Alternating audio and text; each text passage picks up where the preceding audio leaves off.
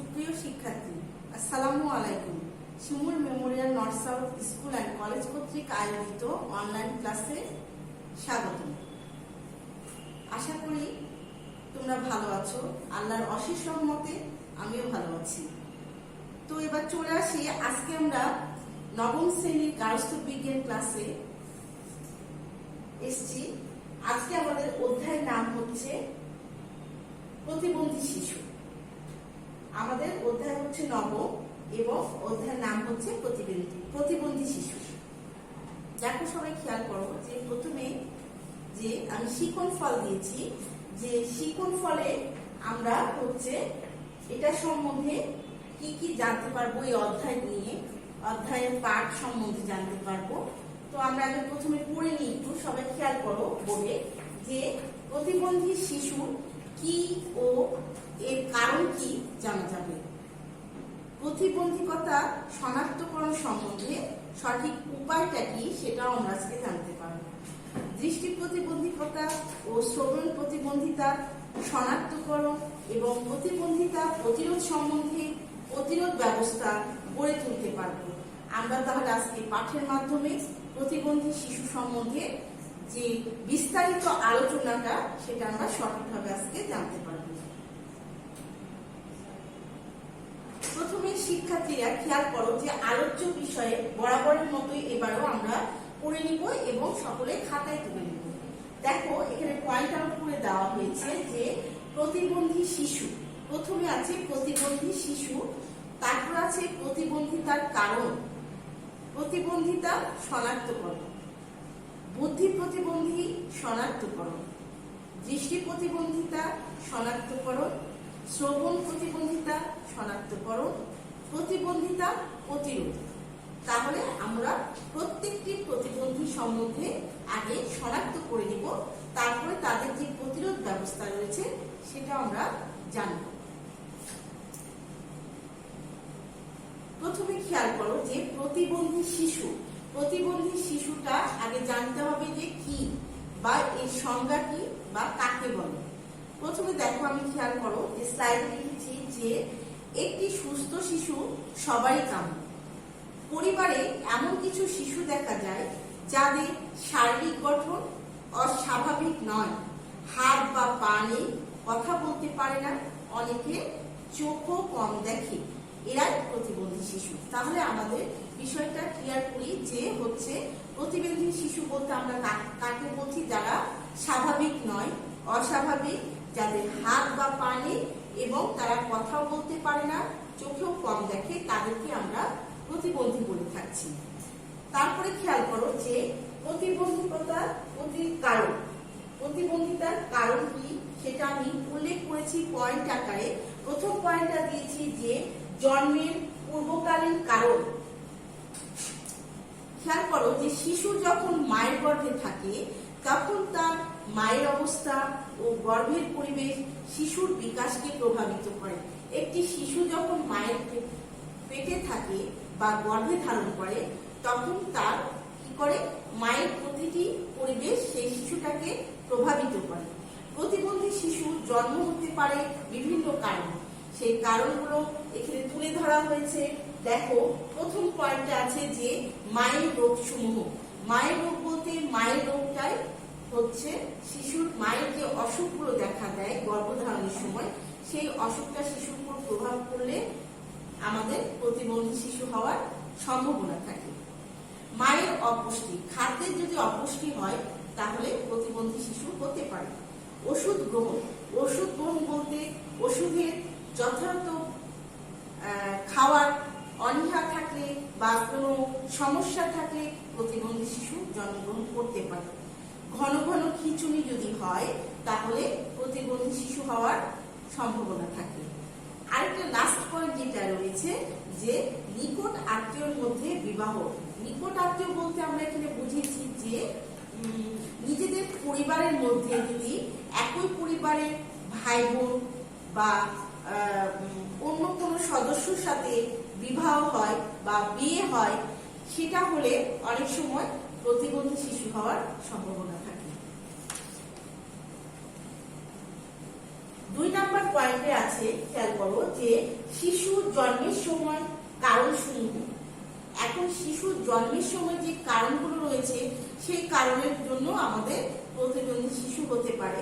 দেখো, শিশুর জন্ম সময়কাল দীর্ঘ হলে, শিশুর গলায় নাড়ি পেঁচানোর কারণে, বা শিশুর জন্মের পর শ্বাস নিতে অক্ষম হলেও অক্সিজেনের স্বল্পতার জন্য মস্তিষ্কের কোষগুলো কি হয়, ক্ষতিগ্রস্ত হয়, ফলে শিশু বুদ্ধি প্রতিবন্ধী হয়। তাহলে আমাদের শিশুর জন্মের সময় যে কারণগুলো বলছে যে সময়কাল যদি দীর্ঘ হয়, গলায় নাড়ি পেঁচিয়ে দিতে পারে, বা শিশুর জন্মের পর শ্বাস নিতে কষ্ট হলে, আমাদের অক্সিজেনের স্বল্পতার কারণে বুদ্ধি প্রতিবন্ধী শিশু জন্মগ্রহণ করতে পারে। আবার নিচের লাইনটা দেখো যে জন্মের সময় মস্তিষ্কে কোনো আঘাত, পড়ে যাওয়া বা মাথায় চাপ লাগা ইত্যাদি কারণেও প্রতিবন্ধী শিশু হতে পারে। 3 নম্বর পয়েন্টটা দেখো যে শিশু জন্মের পরবর্তী কারণ সমূহ। শিশু জন্মের পরে কিছু কারণ রয়েছে, সেই কারণেও শিশুরা প্রতিবন্ধী হতে পারে। তাহলে আমরা পড়ি যে নবজাতক শিশু জন্ডিসে আক্রান্ত হলে এবং রক্তে যদি বিলিরুবিনের মাত্রা অস্বাভাবিকভাবে বৃদ্ধি পায়, তবে মস্তিষ্কের কোষের ক্ষতি হয় এবং শিশু মানসিক প্রতিবন্ধী হয়। তাহলে আমরা জানতে পারছি কি যে রক্তে কি বলছে, বিলিরুবিনের মাত্রা যদি অস্বাভাবিক হয় এবং শিশু যদি জন্ডিসে আক্রান্ত হয়, তাহলে আমাদের শিশুটা কি হতে পারে, মানসিক প্রতিবন্ধী হতে পারে। শৈশবে শিশু যদি হঠাৎ করে পড়ে যায়, কোনো শিশু, অনেক শিশুই পড়ে যায়, আমরা জানি, কারণ তারা ছোট থাকে, মস্তিষ্কে আঘাত পায় বা শারীরিক ও মানসিক নির্যাতনের শিকার হয়, তবে তাহলে কি বলছে যে শারীরিক প্রতিবন্ধী হওয়ার সম্ভাবনা থাকে। এটিও হচ্ছে শারীরিক প্রতিবন্ধিতার কারণ। শিশুর শরীরে স্বাভাবিক বৃদ্ধি ও বিকাশের জন্য বিভিন্ন প্রকার পুষ্টিকর উপাদানের প্রয়োজন হয়। আমরা একটা শিশু জন্মের পরে তার স্বাভাবিক বৃদ্ধির জন্য তাকে পুষ্টিকর খাবার দিয়ে থাকি, সেটার অভাবের কারণেও প্রতিবন্ধী শিশু হতে পারে। পুষ্টিকর উপাদানের অভাবে শিশুর স্বাভাবিক বৃদ্ধি ব্যাহত হয়, শিশু মানসিক ও শারীরিক প্রতিবন্ধী এটাও একটি মূল কারণ। এবার খেয়াল করো যে প্রতিবন্ধিতা শনাক্তকরণ। তাহলে কি আমরা প্রতিবন্ধিতা শনাক্ত করবো প্রথমে? তাহলে পড়ি, আমরা দেখি যে শিশু জন্মগ্রহণের পরপরই যদি প্রতিবন্ধিতা শনাক্ত করা যায়, তবে যথাযথ ব্যবস্থা গ্রহণের মাধ্যমে প্রতিবন্ধিতা হ্রাস করা যায়। তাহলে আমরা যদি সঠিক সময়ে শিশুর প্রতিবন্ধী অবস্থাটা ধরতে পারি, তাহলে আমরা এটি প্রতিরোধ ব্যবস্থা গ্রহণ করেও এর সমাধান করতে পারব।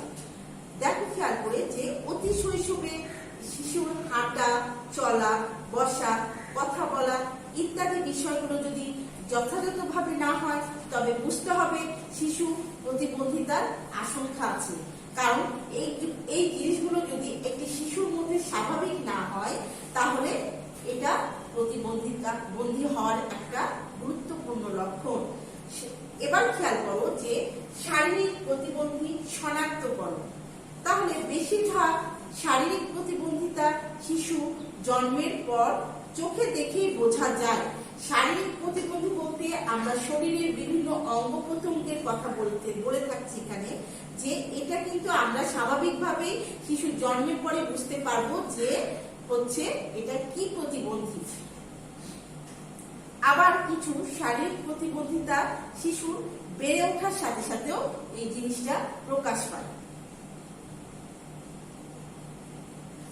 এবার খেয়াল করো এই শারীরিক প্রতিবন্ধিতার মধ্যে কি কি এখন লক্ষণগুলো থাকতে পারে, যেটা দেখে আমরা বুঝতে পারি যে এই শিশুটি শারীরিক প্রতিবন্ধী। সেই পয়েন্টগুলো আমি এখানে লিখে দিয়েছি। প্রথমটা হতে পারে ঠোঁট কাটা। ঠোঁট কাটা বলতে উপরের ঠোঁট ঠিক মতো গঠিত হয় না। এই শিশুগুলো আমাদের উপরের ঠোঁটটা ঠিক মতো গঠিত হয় না, ঠোঁটে ফাঁকা থাকে, ফলে শিশুর খাদ্য গ্রহণে ও কথা বলতে সমস্যা হয়। ঠোঁটের যদি কোনো প্রবলেম হয়, তাহলে স্বাভাবিকভাবেই কিন্তু মানুষের কথা বলতে সমস্যা হয়। তালু কাটা। তালু কাটা বলতে ভেতরে, মুখের ভেতরে যে আমাদের তালুটা রয়েছে সেটাকে বোঝানো হয়েছে, যে মুখের ভেতরে তালুর হাড় ও মাংসপেশি গঠিত হয় না। একটা প্রতিবন্ধী শিশু যদি তালু কাটা বলতে বোঝায়, তাহলে তালুর যে হাড় ও মাংসপেশিটা সেটা সঠিকভাবে গঠিত হচ্ছে না, ফলে খাদ্য গ্রহণ, কথা বলা এবং তার শোনার ক্ষেত্রেও প্রবলেম হয়। খাদ্য গ্রহণ করতে সমস্যা হবে, তার কথা বলতেও সমস্যা হবে। তারপরে পয়েন্ট আছে স্প্যানা বিফিটা। স্প্যানা বিফিটা বলতে মেরুদণ্ডের হাড়, এই হাড়ের নামটাও আমি এখানে লিখে দিয়েছি কশেরুকা। এই হাড়টা হচ্ছে মেরুদণ্ডের যে হাড়টা সেটা হচ্ছে কশেরুকা, ঠিক মতো জোড়া লাগে না, ফলে মেরুদণ্ড পিঠের দিকে থলির মতো ফুলে ওঠে, হাঁটা চলার সমস্যা হয়। তারপরে পয়েন্টটা দেখো যে সেরেব্রাল পলিসি। জন্মের সময় শিশুকে শিথিল বা লেতানো মনে হয়। একটা শিশু যখন জন্মগ্রহণ করে তখন সে স্বাভাবিকভাবে একেবারে নিঃস্ব থাকে বা শরীরের হাত পা ছড়ানো থাকে, শিথিল থাকে, যেটাকে বোঝানো হচ্ছে। বয়স বৃদ্ধির সাথে সাথে অন্য শিশুদের মতো সে কি করে, হাত পা নড়াচড়া করতে শুরু করে। মাথা তোলা, বসা ইত্যাদি ধীর গতিতে হয়। তবে সেরেব্রাল পলিসি যে শিশুগুলো থাকে, স্বাভাবিক শিশুরা কিন্তু হাত পা নড়াচড়া স্বাভাবিকভাবেই করতে পারে, কিন্তু এখানে বলা হয়েছে যে সেরেব্রাল পলিসির যে বাচ্চাগুলো থাকে সেগুলো বয়স বৃদ্ধির সাথে সাথে অন্য শিশুদের মতো তেমন ভাবে হাত পা নড়াচড়া করতে পারে না, মাথা তুলে বসা ইত্যাদি ধীর গতিতে হয়। শরীরের বিভিন্ন অঙ্গের অনুপস্থিত বা গঠন বিকৃতি। প্রতিবন্ধী শিশুদের কি কি সমস্যা হতে পারে আমি সেই মূল পয়েন্টগুলো তুলে ধরেছি। লাস্ট পয়েন্ট আমরা একটু পড়ে নিই।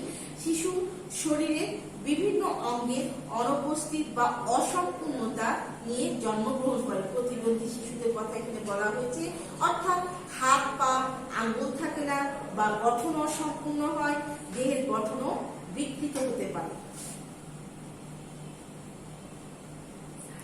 এবার চলে যায় যে বুদ্ধির প্রতিবন্ধকতা শনাক্তকরণ। বুদ্ধির প্রতিবন্ধিতা কি বা এটা শনাক্ত কিভাবে করা যাবে সেটা আমরা জানতে পারবো। দেখো, হাঁটা চলা, বসা, কথা বলা ইত্যাদি বিকাশের গুলো বয়সের তুলনায় কি হবে, কম হবে। যারা বুদ্ধি প্রতিবন্ধী হবে তাদের এই বিকাশগুলো একটু কম হবে। কোনো বিষয়ে শিশু মনোযোগ ধরে রাখতে পারে না। কোনো বিষয়ে স্বাভাবিক শিশু যেমন মনোযোগ ধরে রাখতে পারে, প্রতিবন্ধী বুদ্ধি প্রতিবন্ধী শিশুরা মনোযোগ ধরে রাখতে পারে না। কোনো নির্দেশনা সহজে বুঝতে পারে না। আমি হয়তো কোনো কিছু নির্দেশ করছি, একটি স্বাভাবিক শিশু যখন ওটা স্বাভাবিকভাবে গ্রহণ করে, অন্য শিশুর পক্ষে, প্রতিবন্ধী শিশুদের পক্ষে এটা সহজভাবে নেওয়া সম্ভব হয় না। একই নির্দেশনা তাদেরকে বারবার দিতে হয় যে এটা এই ধরনের।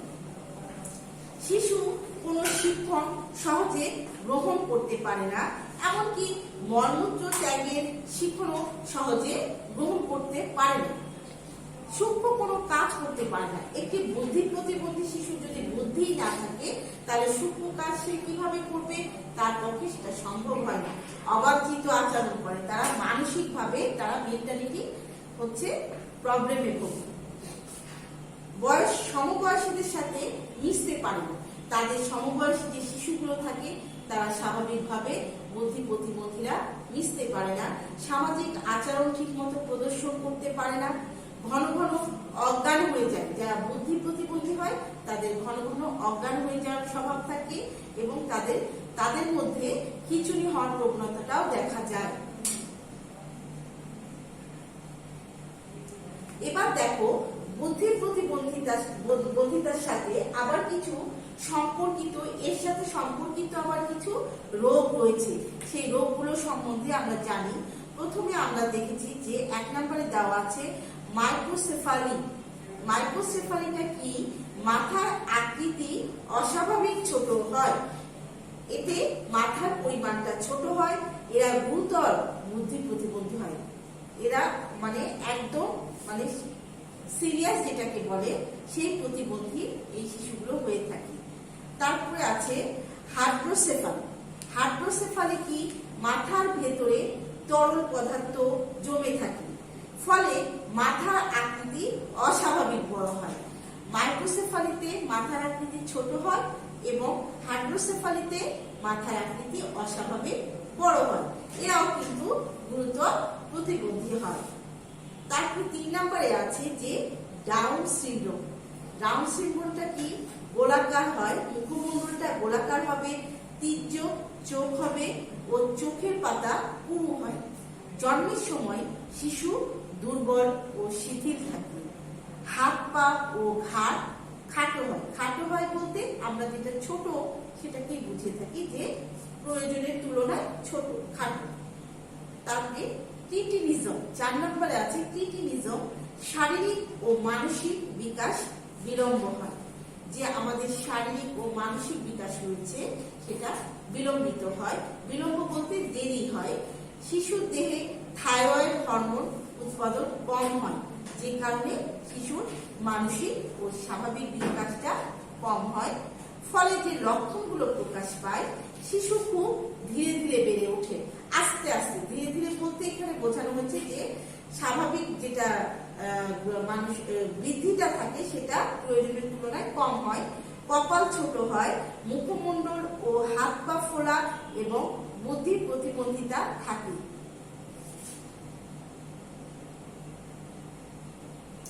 এবার দেখো দৃষ্টি প্রতিবন্ধিতা শনাক্তকরণ। তাহলে আমরা দৃষ্টি প্রতিবন্ধিতা শনাক্ত করতে গেলে প্রথমে চোখের দিকে খেয়াল করব।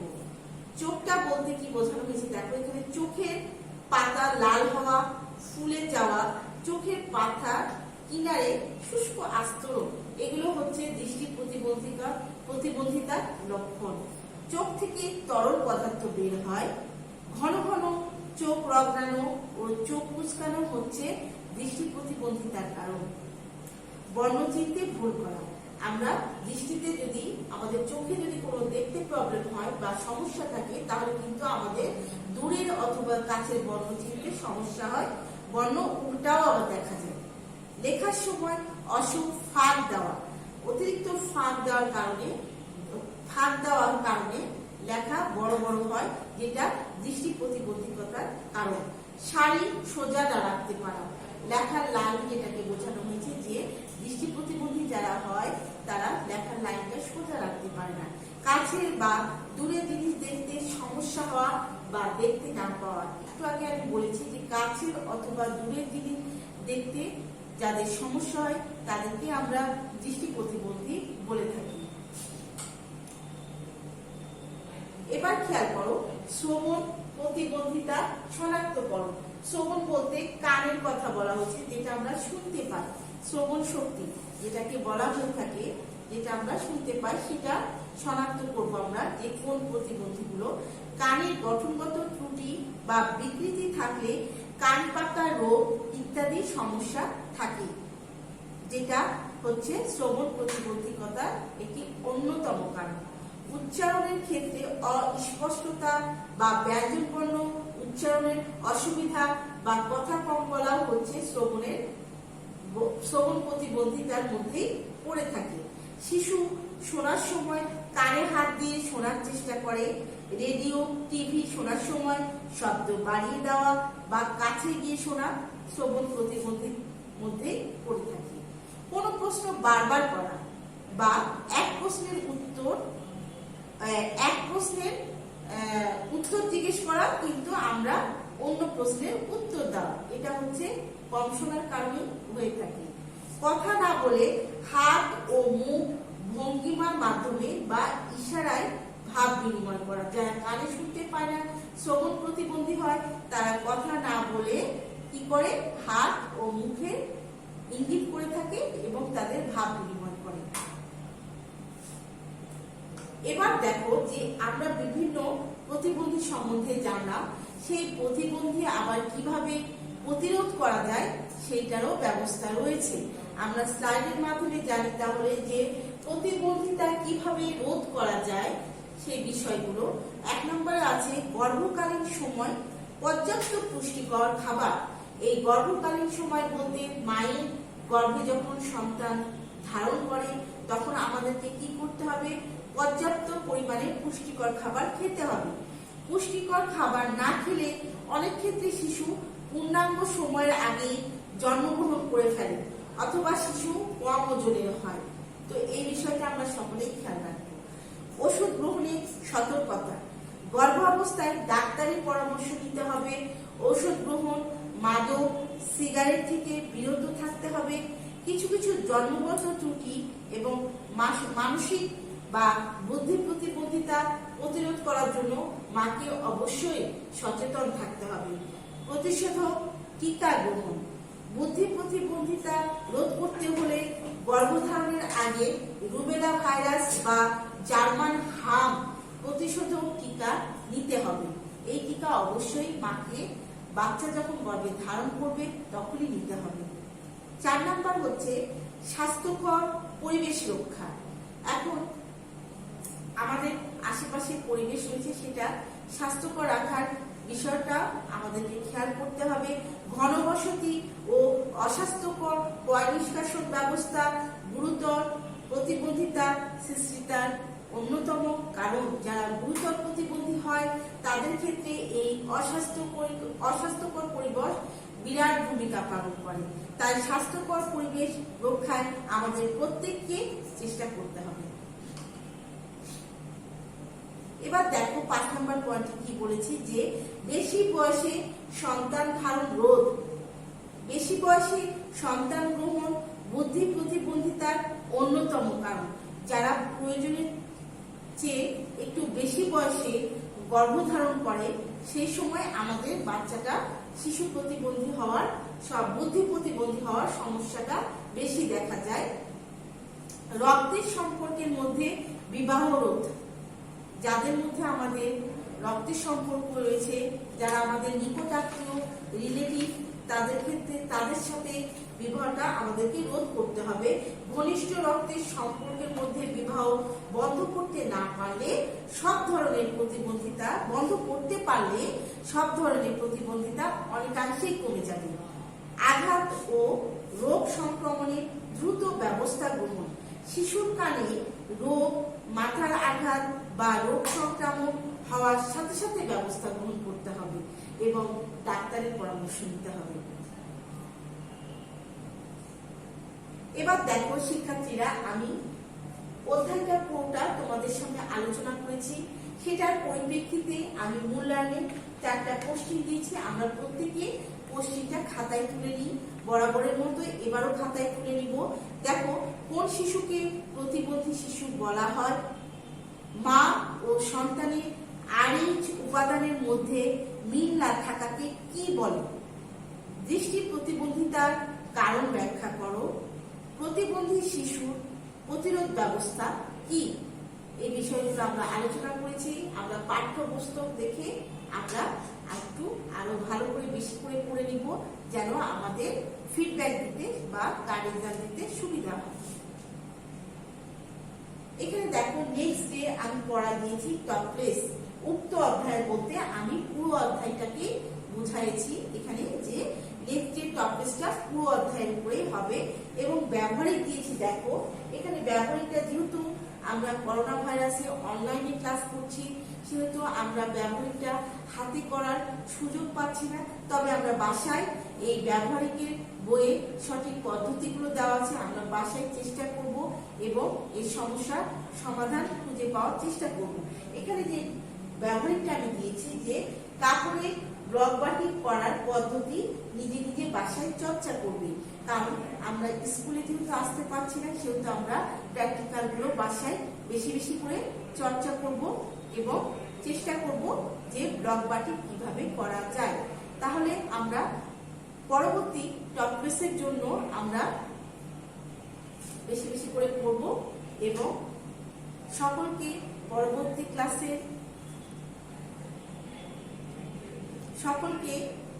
ক্লাসে শুভেচ্ছা জানিয়ে এখানে শেষ করছি।